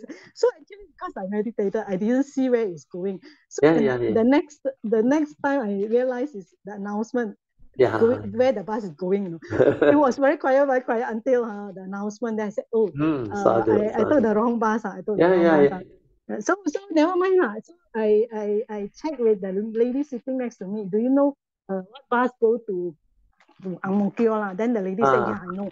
You take this bus number. She was telling me. So I said, good. So I like, and then I take the bus. But before I take the bus, very funny, I asked the lady, I asked those people waiting at the bus stop there to check on the board, because you see it's dark already, because it's raining, it's dark already, the sky is gloomy, so I can't see very clearly. So I asked the person, a young lady to see for me, this bus correct, not going to Ang Mo Kio, that direction. Then the lady said, yes, correct. Then I said, but you must take on the opposite side. On the opposite side of the road, the other side of the road. So okay, I take So I trust what she say so I went there and take Then after I take a few bus stop later, I said, the bus is like going to the wrong direction. So this time I said, alamak, then I have to stop again. I stop at the next available bus stop. You know what I mean? Okay, then I have to do the reverse thing, the reverse thing. So by what happened, right, Tio? So I said, what I will do is this time I'm going to ask the bus driver, when I see the bus, I will stop the bus, because I'm not familiar with the place in the first place. So I will stop the bus. More reliable, more reliable. So I said, I ask the bus going there. So this time, but as I stop at the next bus stop, right? So I walk to the opposite direction, because every time you take the bus, you have to take the opposite direction, because you reverse the route, reverse the route. So in the walking, I said, alamak, quite late already. I look at the time, I'll be late, very late. I said, I will miss the class already. I said, So I had this thought, I'll be very late. So I said I should take the taxi already, don't take bus anymore. But then the thing is, because it's raining, right? So the taxi also difficult to come by, either it's occupied, or not available, So there wasn't any. So I said, never mind, I take the bus. And then I had this thought, oh, my friend is already there. My teacher will be there on time. I'm the only one. You can be aware of all those thoughts coming out. Yeah. Yes. So I aware of this. Very good. I aware of this. So, but then the thing is this. I say, never mind, they will be early, but never mind. Even though I'm late, I'll probably wait half hour. So what? I still can continue. Because the reality is this thing happen. Yes. Sometimes we cultivator, we are no one meant to be will be your last one. Then you will not panic one. You will just do according to what the condition is. Means accord and flow. Then when you reach there, you need to apologize. You apologize, no problem, and tell them, "Oh, you're very sorry, make some mistake." Then went on the wrong bus, all those things. Not an issue at all. Yes. So, but that thought came lah. So, but I said, never mind. I really want to attend the class, so I late. Never mind. I can ask my friend. What was being shared. It's okay lah. No problem. But if I will try to be there as soon as possible. So the first thought is like take a taxi lah. I don't want to be late. But then since I cannot take, so I just wait for the bus lah. So I wait for the bus, and then the bus came. I asked the conductor, the bus driver, "Are you going there?" Then the bus driver said, "Yes, I'm going." So I was very happy. So I jumped into the bus lah. I got the bus, and then it go all the way to the main road again to the place. Originally, I should be taking the bus lah. Where I should be lah. So after that, I have to wait for another bus to come. Okay, I wait for another bus to come, and then the so-called correct bus to come lah, the original bus to come. So ended up, I supposed to take 2 buses, and then I take 5 buses, to reach the destination. Yeah. You see what I mean? Okay. Yeah, I know. I saw. So I reverse everything to go back to the main road and take the correct bus. Then on the way, what happened, my friend text me, said, she texted me and said, don't worry. The teacher, the car break down. So she will be late. Good news. So her message is this: she will be late and her car break down just for you, so that you can come on time. Sadhu. Very good. So funny. Then I reached there and I didn't miss anything because the teacher's car break down. So it was very interesting scenario. These are experiences that you will go through as you develop the cultivation. Then you will like, how come it's so coincident, so amazing? Then the other thing that Kayamita normally find out is they can get the parking very easily, especially when you cultivate. You like very lucky when you go. Somehow the parking is there. That one I experienced a lot. In the early day, the condition will just manifest to show you when you had the Dhamma, a lot of things go your way. And all these are very normal natures, occurrences or happening that can unfold. That's why with the Dhamma you will experience different type of experience in life. Like this one is also for you to develop the understanding. Don't worry, take wrong bus also end up not late and all those things. Then last time there was another Kayamita. We also happen to be good friends, and together we do some investment. She told me when the Dhamma come to her, he said, buy wrong stock also make money. Buy the wrong share also can make money. That's a lot of this story.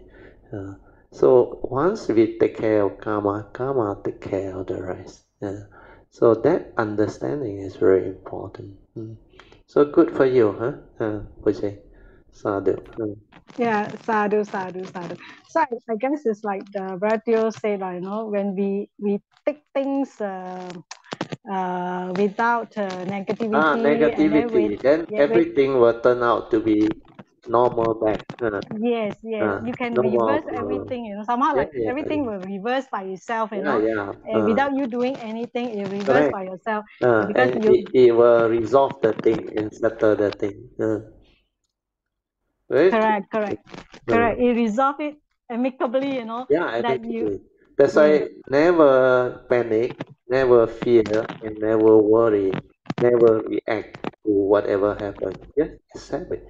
So most of the time, it happen already. We just laugh at it. Oh, meant to be, will be. And there is a reason for it one. Most of the time, a reason for it. Mm. The other thing is very clear for because that particular Dhamma talk is talking about the power of our vows, you know, the vows that we make as a great being, It's you a know. very interesting topic. Yeah, Yes, power of yes, our aditan, our yes, vows. yes, correct. So and on that day, the venerable was going to teach this, is it, talking about the power of our vows that we make, the Yeah, vows that yeah, we make, yeah. you know, as a bodhisattva, you know. Mm, Yeah. So that when she talked about it, I said, wow, no wonder I cannot miss this class, you know, very dear. So I said, no wonder I cannot miss this class. It's so important to Meant to listen, be. you know. Yeah, Yeah. it's so meant to be, you know, that I have to attend the class, you know, no Mm. matter what. Someone that how it reverses itself is so Amazing. amazing. Yeah, That's so amazing. funny, you know. Yeah, funny and amazing. Yeah, so funny, Yeah. amazing that Uh, I myself understand it lah, because my yeah, friends yeah, yeah, yeah. do not understand this thing, you know, because Yes, yes, yes, yes. she's still just started in the Dharma cultivation, so I Um, also didn't share about this with her, yeah, no need. but They yes, are not in the position to understand. So just let it correct, be. correct. So Yeah. I also understand the connection, that the reason I must be there is because she is going to share this topic, you know, about Yeah. our Then in the your condition, something to happen to his car. yes, correct. So it was like, well, because of this sharing, I must attend, and therefore her car break down, you know. Yeah. Yeah, It's meant to be on. Like last yeah, time, I shared the incident where somebody I haven't met long time ago, I supposed to see him. Somehow the pure thought, it just arise a pure thought on it. You know, I say how nice if I can like uh, get into contact with him again. And surprisingly, that afternoon, the phone call came. No, I haven't met him for 4 5 years already. I think. Then the phone call came. No, hey, I said, how come you call me? I said, oh, he said, you didn't know. I said, what is it? He said, there was a fire. Because there was a project we did together. That time I was the client side. He was a contractor. Then he said, there was a fire. He said, the university just called him. Oh, that's why then he checked up for my number. He still have my house number now. I already left the university that time. He said, just happened only. He said, the fire incident. Oh, I say, oh, what a coincidence. I say, I'm supposed to see you. I say, I need to talk to you because they own this Angkor chalet, the YTL group. So I want to, together with my classmate, not classmate, my colleague in JKR, the two family, we were very close. So I told him I know the boss, the boss, one of the son there. Then I think I can book through him. So I told him that. Then he said, no problem, come to my office. He said, anytime. And let my secretary know, then I will arrange everything. So that's how it happened. Then all this happened because of the pure thought, the pure wish. It will condition things to happen. Then I felt bad because the student hostel, they were near exam time now, but not yet exam. I think uh, another 1 2 months, then only exam. So I felt bad. Then after that, I tell myself, I said, I knew it's coming, nothing to do with me, meant to be, will be. So all this, I just let it be. Then I make another aspiration. I qualify my pure wish if it's for the good of the many and don't cause unnecessary like this type of negative things to happen. Means for the good of the many, then let it manifest. Otherwise, don't. So all this was during the year after 1989 when I connect. It showed it to me how all this aditana, the pure wish, when your mind has transformed, they are very powerful. They can actually cause all this to happen. So for your case is you also have this ability, but it happened without you knowing. Because the nature will take control and manifest. That's why it's meant to be. You're supposed to be there, you will be there. You're not supposed to be there, you will not be there. One. That's why the Wu Wei, they call it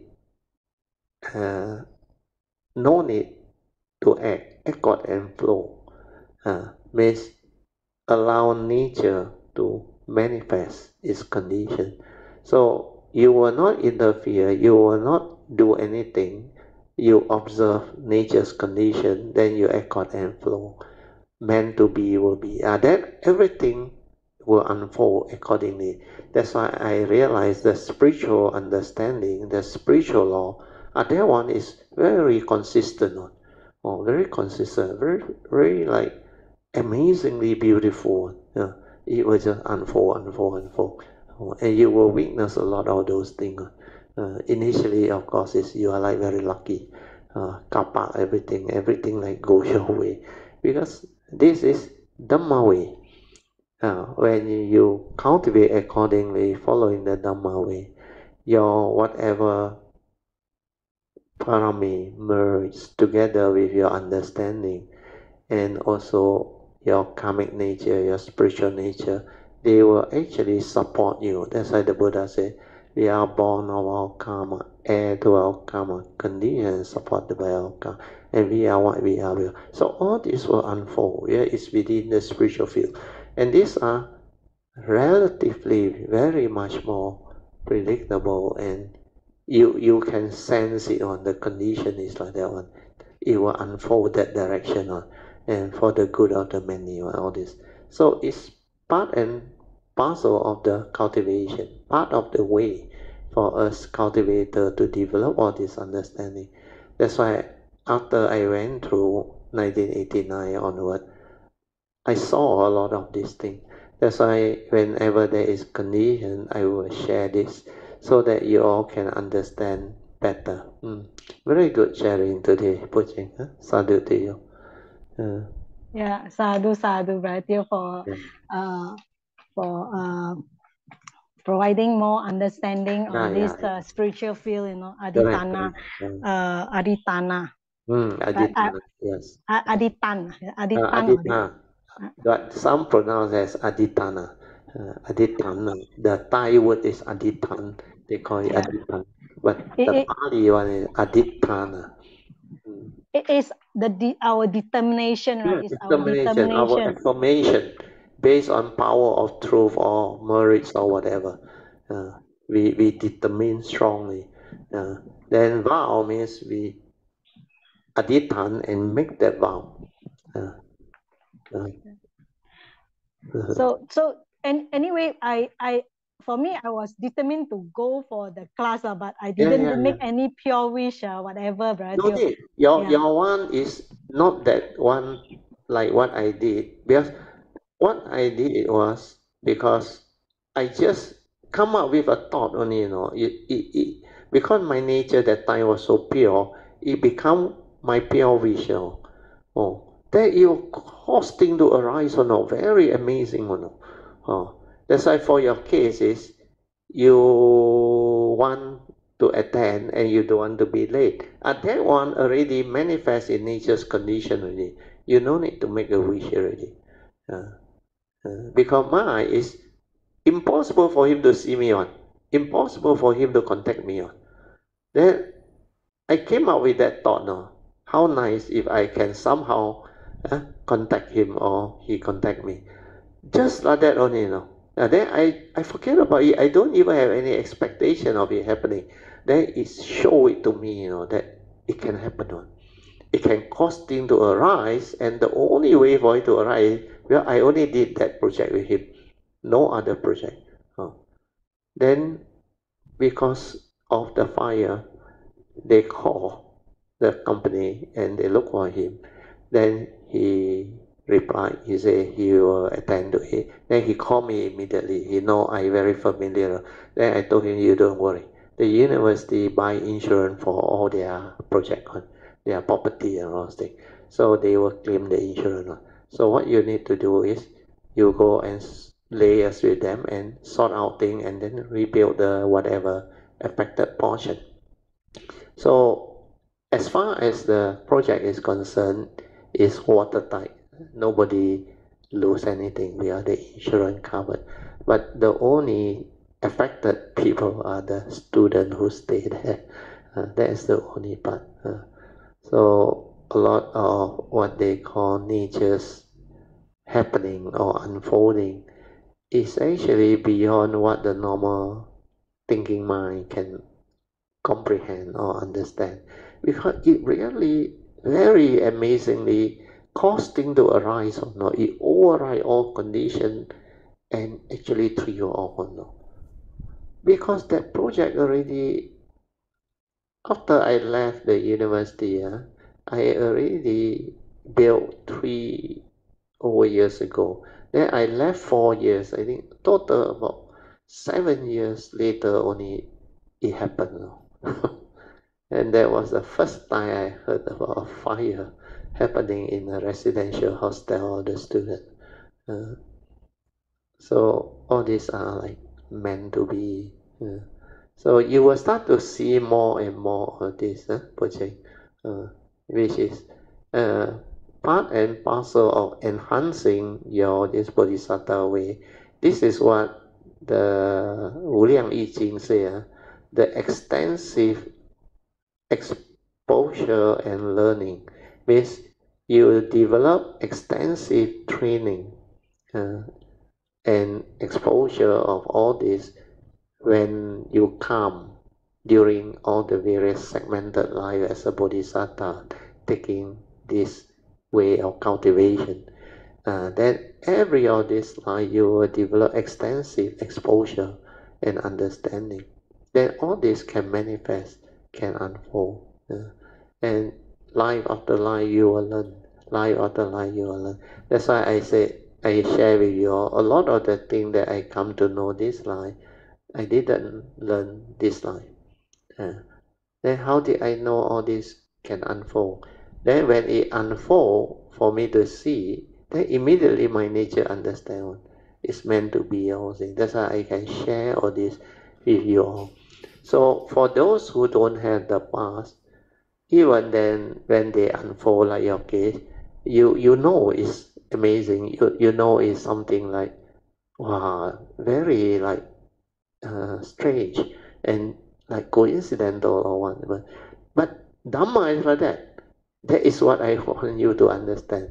Then later on you will progress until you have very stable understanding. Then in future, all this, before it happen, you already know something is like going to arise, unfold, meant to be will be. Then it will come out. Then you just smile, you continue to develop that understanding and cultivate.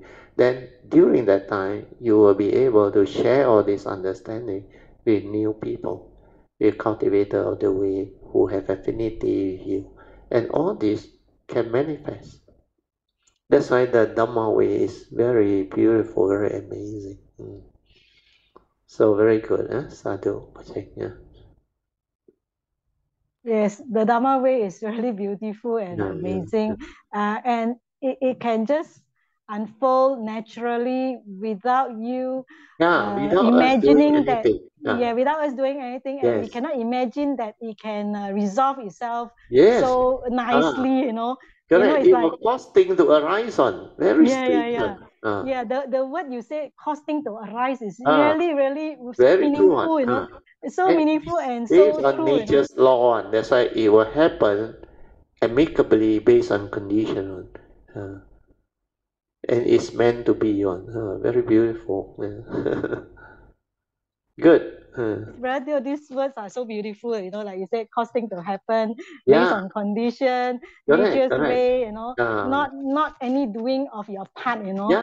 You just, That's like Wu Wei, yeah. Yeah, you just act out and flow. Yeah, you just act out and flow, you know. You didn't like participate in any of this. You act out and flow. Yes, correct. Then it will just manifest. Yes, correct. You Means didn't you do don't have anything. to act. Yes. Uh, So it's so beautiful. It just happened by it's very itself, you know. beautiful. Yeah, yeah. It's so amazing, right, huh? Yeah. Yes. So cultivating the Bodhisattva way, is really beautiful when you just That one act is out and flow, no interference. that one is the most beautiful. Actually, Yes, that's yes. why the Bodhisattva way is very rewarding. The word is rewarding. When you go through that cultivation, although it's long, like take very long, a lot of people initially like scared. Oh, yo, don't know whether I can do it or not. Eons, wow, come and suffer. Well, they only think of that negative part, no. But they didn't know when you have the Dhamma and come with the Dhamma understanding, like the Heart Sutta says, 真空妙有. When you realize true emptiness, existence become wonderful. No? So that's why I use the word rewarding. That cultivation is very rewarding. The path. You can come and live the third phase of Dhamma so beautifully. Like this life, age 35, I connect back. Then with all this understanding, since the year I was 35 years old until now 69, almost 45 years already. 45 years already. And this is beautiful life. Because this is the third phase of Dhamma, Pativeda. You get to live the life with the Dhamma understanding, and everything is so beautiful. Like I used to share and say, the third phase of Dhamma is you get to reap the fruit of your hard work. And that fruit is the wonderful life, wonderful existence. Then you get to experience all of the pristine beauty and wonders of life. And this is what cultivation is all about. And even though life is not real, means dependent originating condition arising cause, where it's an existential world, but it has its meaning. Life has its meaning, although it's impermanent. Anicca dukkha anatta, the universal characteristic. But there is such thing as life. So life itself within existence has its own reality. That's why there is karmic and other things. That's why the existential world has its own law, has its own condition, Dhamma. And all this exists. And you can live it, you can experience it. You can really become part of that journey. And you can learn so much things, even though not real. Ultimately, the unconditioned. He know you, he know me. But there is such thing as this nature, that nature, the segmented line, the five real. And all this make it so wonderful, so amazing, so beautiful. That's why to truly comprehend Dhamma is not just the unconditioned Dhamma. The conditioned world's Dhamma also you have to understand. When you understand both sides, you become like beautiful. Then you can live life. You can really have that ability to really find existence as really wonderful, and that life become very different. That phase is so different, and it's so rewarding, so wonderful. Every life you come is so beautiful. Okay, we have to stop already, Poh Cheng. You want to Yes. sum up? Yes, very nicely covered on this Bodhisattva way is so rewarding. I think that word is so powerful and so correct, accurate to say, when you experience such how you call that, unfolding of the Dhamma, by itself, without you doing anything, is so beautiful and so rewarding, that you still achieve what you want to do, and then you get to experience and understand the how you call that, although it didn't start on well, but ultimately is showing to you is so rewarding. The whole thing get resolved, resolved amicably and beautifully. Like Dhamma is like that. It's so beautiful. No, what I want to say is like, let's say if I didn't if I didn't take a bus, I just got the usual thing, because usually if I take the right bus, I don't have any problem. I didn't see any of this Dhamma unfolding, you see. But because I took the wrong bus, I got in the wrong bus. Yes, then I get to see. Yes, yes. It let see all these things. It's so beautiful, isn't it? So because you will come to know, you know Cantonese or Poh Cheng? Yes. You know, yes. Only you come queue, you understand? Yes. So correct. You finally, when the whole thing unfold, the speaker, the venerable chair, the car, down, and you are not late. No, then you will come to know this is not something very like not meant to be. It cannot be like that one. It's meant to be. That's why all these things can happen.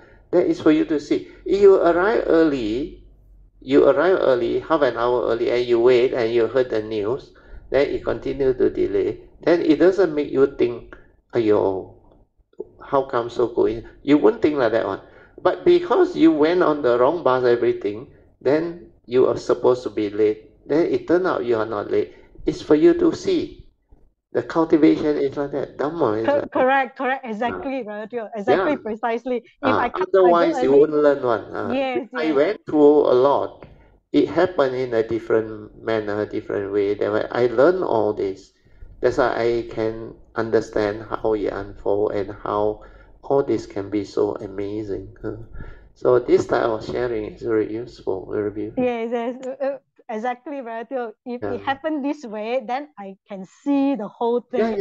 It's for you to develop the understanding so that in future, all this future life, you will connect and inherit them. Then you will come to know all this like my nature now.